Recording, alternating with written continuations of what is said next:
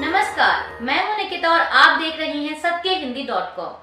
चलिए एक नजर डालते हैं अब तक की सुर्खियों पर। कांग्रेस नेता राहुल गांधी ने दिल्ली में मतदान करने के बाद अपनी मां और पूर्व कांग्रेस अध्यक्ष सोनिया गांधी के साथ एक सेल्फी शेयर की है। इस तस्वीर को शेयर करते हुए उन्होंने लिखा है कि मां और मैंने लोकतंत्र के इस महापर्व में वोट डालकर अपना योगदान दिया। कांग्रेस नेता ने आगे दावा किया कि पहले 5 चरणों में मतदान में मतदाताओं ने झूठ, नफरत और दुष्प्रचार को नकार कर अपने जीवन से जुड़े जमीनी मुद्दों को प्राथमिकता दी है।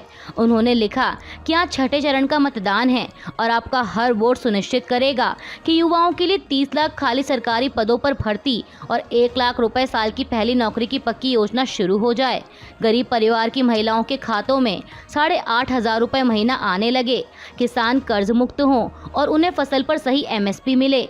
मजदूरों को 400 रुपए का दैनिक मेहनताना मिले। राहुल गांधी ने कहा कि आपका वोट आपके जीवन को बेहतर बनाने के साथ साथ लोकतंत्र और संविधान की भी रक्षा करेगा। आप सब भी बड़ी संख्या में घरों से बाहर निकलिए, अपने अधिकार और परिवार के भविष्य के लिए वोट कीजिए। उत्तर पूर्वी दिल्ली लोकसभा सीट से कांग्रेस उम्मीदवार कन्हैया कुमार ने दावा किया है कि वोटिंग के दौरान कुछ EVM के धीरे काम करने की शिकायतें आई हैं। कन्हैया कुमार ने कहा कि लोगों में जबरदस्त उत्साह है, चाहे किसी भी बूथ पर चले जाइए। बस जब पोलिंग शुरू हुई तो कुछ जगहों से मशीन धीरे चलने की या काम ना करने की शिकायतें आईं। उन्होंने कहा कि मैं सभी मतदाताओं से कहूँगा कि मशीनरी की गड़बड़ी अपनी जगह, लेकिन हमारा हौसला जो है वह बुलंद रहना चाहिए। छठे चरण के लिए जारी वोटिंग में उत्तर प्रदेश के सुल्तानपुर लोकसभा सीट पर भी मतदान हो रहा है। इस बीच यहां से मौजूदा सांसद और बीजेपी उम्मीदवार मेनका गांधी ने बताया कि यहां भी 2-3 जगहों पर EVM में छोटी छोटी दिक्कतें आ रही हैं। उन्होंने समाचार एजेंसी NI से बात करते हुए कहा कि EVM में 2-3 जगहों पर छोटी छोटी दिक्कतें हैं। कुछ मतदान अधिकारी अच्छी तरह से प्रशिक्षित नहीं हैं और यहाँ तक कि हमारे कुछ एजेंट भी प्रक्रिया को लेकर अनजान हैं, इसीलिए यह हिट एंड मिस प्रोसेस है। आपको बता दें कि सुल्तानपुर से अलग कई और जगहों पर भी EVM में दिक्कत की खबरें सामने आई हैं। आम आदमी पार्टी सांसद संजय सिंह ने भी जनता से मतदान की अपील करते हुए कहा कि चुनाव लोकतंत्र का त्योहार है और भारत दुनिया का सबसे बड़ा लोकतंत्र है। मैं भारत के लोगों से हाथ जोड़कर अपील करूंगा कि वे भारत के संविधान को मजबूत करने, लोकतंत्र की रक्षा के लिए और तानाशाही के अंत के लिए वोट करें। उन्होंने कहा कि आज हम सभी जानते हैं कि जब राजनीतिक और लोकतांत्रिक व्यवस्था होती है तो सब कुछ संसद और विधानसभाओं के माध्यम से संचालित होता है। अच्छे प्रतिनिधि वहां जाएंगे तो स्कूल, अस्पताल, बिजली, पानी के लिए काम करेंगे। बिहार के पाटलिपुत्र में एक चुनावी सभा को संबोधित करते हुए प्रधानमंत्री मोदी ने चुनावी नतीजों को लेकर विपक्षी गठबंधन इंडिया पर निशाना साधा है। उन्होंने कहा कि चुनाव के नतीजे क्या आने वाले हैं, उनका एग्जिट पोल आना शुरू हो गया है। आप समझ लीजिए कि जब ये इंडी गठबंधन वाले हर समय EVM को गाली देना शुरू कर दें, इसका मतलब है कि NDA की सफलता का एग्जिट पोल आ चुका है। PM मोदी ने कहा कि 4 जून को पाटलिपुत्र में भी और देश में भी नया रिकॉर्ड बनेगा। राजनीतिक विश्लेषक योगेंद्र यादव के चुनावी नतीजों को लेकर किए गए फाइनल प्रेडिक्शन वाले वीडियो पर चुनावी रणनीतिकार प्रशांत किशोर की प्रतिक्रिया आई है। प्रशांत किशोर ने योगेंद्र यादव के आकलन का स्क्रीनशॉट शेयर करते हुए X पर लिखा कि देश में चुनाव और सामाजिक राजनीतिक विषयों की समझ रखने वालों में एक विश्वसनीय चेहरा योगेंद्र यादव ने 2024 लोकसभा चुनाव का अपना फाइनल आकलन साझा किया है। प्रशांत किशोर ने लिखा कि योगेंद्र जी के मुताबिक इन चुनावों में बीजेपी को 240 से 260 और NDA के सहयोगी दलों को 35 से 45 सीटें मिल सकती हैं। मतलब बीजेपी NDA को 275 से 305 सीटें। प्रशांत किशोर ने कहा कि देश में सरकार बनाने के लिए 272 सीटें चाहिए और चल रहे लोकसभा चुनाव में बीजेपी NDA की 303 से 323 सीटें हैं। अब खुद आकलन कर लीजिए कि किसकी सरकार बन रही है। बाकी 4 जून को पता चल जाएगा कि कौन किसकी बात कर रहा है। लोकसभा चुनाव के छठे चरण के लिए आज 25 मई को हो रही वोटिंग से ठीक पहले राजनीतिक विश्लेषक योगेंद्र यादव ने अपना फाइनल प्रेडिक्शन जारी किया है। इस चुनाव को लेकर उन्होंने इसे अपना अंतिम आकलन बताते हुए सोशल मीडिया पर एक वीडियो भी जारी किया। इस वीडियो में उन्होंने बताया कि उनके अनुसार इस बार लोकसभा चुनाव में भाजपा और विपक्षी गठबंधन इंडिया कितनी सीटों पर जीत हासिल करने जा रहे हैं। इसके अलावा उन्होंने ये भी बताया कि इस बार किसकी सरकार बनने जा रही है। अपनी फाइनल प्रेडिक्शन में योगेंद्र यादव ने बताया कि इस बार बीजेपी 240 से 260 सीटों पर जीत हासिल कर सकती है, जबकि भाजपा के सहयोगी दल चुनाव में 35 से 45 सीटें हासिल कर सकते हैं। वहीं कांग्रेस 85 से 100 के बीच सीटें जीत सकती है, जबकि गठबंधन के अन्य दल 120 से 135 लोकसभा सीटों पर जीत हासिल कर सकते हैं। छठे चरण के लिए जारी मतदान में जम्मू कश्मीर की अनंतनाग लोकसभा सीट पर भी वोटिंग हो रही है। इस बीच पीडीपी अध्यक्ष और अनंतनाग से चुनाव लड़ रही महबूबा मुफ्ती ने दावा किया है कि कल रात से जगह जगह पर पीडीपी के कार्यकर्ताओं को बिना किसी वजह के थाने में बंद किया जा रहा है। इसमें डीजी, एलजी और सभी अधिकारी शामिल हैं। उन्होंने पीडीपी के पोलिंग एजेंटों को थाने में बंद कर दिया है। महबूबा मुफ्ती ने कहा कि आपने कहा था कि स्वतंत्र और निष्पक्ष चुनाव होंगे, लेकिन आप ये सब कर रहे हैं। जगह जगह से शिकायतें मिल रही हैं कि ईवीएम से छेड़छाड़ करने की कोशिश की जा रही है। पीडीपी अध्यक्ष महबूबा मुफ्ती के आरोप कि पीडीपी कार्यकर्ताओं को बेवजह पुलिस थानों में बंद किया जा रहा है। अब इस बीच खबर सामने आ रही है कि मामले को लेकर महबूबा मुफ्ती छठे चरण के लिए जारी वोटिंग के बीच धरना प्रदर्शन पर बैठ गई हैं। महबूबा मुफ्ती ने देर रात एक ट्वीट में लिखा था कि हमारे कई पीडीपी पोलिंग एजेंटों और कार्यकर्ताओं को वोटिंग से ऐन पहले हिरासत में लिया जा रहा है, और जब उनके परिवार वाले पुलिस थाने गए तो उन्हें बताया गया कि ये सब अनंतनाग के एसएसपी और साउथ कश्मीर की डीआईजी के निर्देशों पर हो रहा है। उन्होंने कहा कि हमने चुनाव आयोग को इस बारे में लिखा है, उम्मीद है कि समय पर हस्तक्षेप किया जाएगा। कर्नाटक राज्य में जल प्रदूषण काफी हद तक बढ़ गया है, जिससे हैजा के कई मामले सामने आए हैं।